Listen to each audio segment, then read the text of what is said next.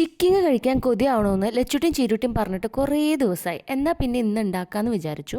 അപ്പോൾ നമ്മൾ കറി വെക്കാൻ വെച്ച ചിക്കനാണ് കേട്ടോ അതിലെടുത്തത്. ഇതിലേക്ക് വൃത്തിയാക്കിയ ചിക്കനിലേക്ക് നമ്മൾ ബട്ടർ മിൽക്ക് ആഡ് ചെയ്യുക. ബട്ടർ മിൽക്ക് എന്ന് പറയാനായിട്ട് മിൽക്കിലേക്ക് കുറച്ച് വിനാഗിരി ആഡ് ചെയ്തിട്ട് ഒരു 10-15 മിനിറ്റ് റെസ്റ്റ് ചെയ്ത് വെച്ചാൽ മതി.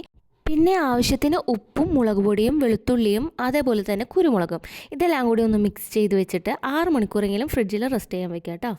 ചിക്കൻ സെപ്പറേറ്റ് ചെയ്തിട്ട് ഒരു ബൗളിലേക്ക് മാറ്റുക. ബാലൻസ് ഉള്ള ബട്ടർ മിൽക്കിലേക്ക് കുറച്ച് മൈദയും ഒരു മുട്ടയും ഇട്ട് ബീറ്റ് ചെയ്തെടുക്കുക. ആവശ്യത്തിന് ഉപ്പും മുളകും ചേർക്കാം കേട്ടോ.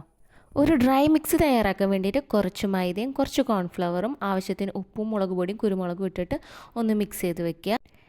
ചിക്കൻ ആദ്യത്തെ ബാറ്ററിൽ ഒന്ന് ഡിപ്പ് ചെയ്തെടുക്കുക. അതിനുശേഷം ഡ്രൈ മിക്സിൽ ഒന്ന് കോട്ട് ചെയ്തെടുത്തതിന് ശേഷം നല്ല ചൂടുള്ള എണ്ണയിൽ ഹൈ ഫ്ലെയിമിൽ ഫ്രൈ ചെയ്തെടുക്കുക. ഒരു ഗോൾഡൻ ബ്രൗൺ വരെ ഒന്ന് നമ്മൾ ഫ്രൈ ചെയ്തെടുക്കണം.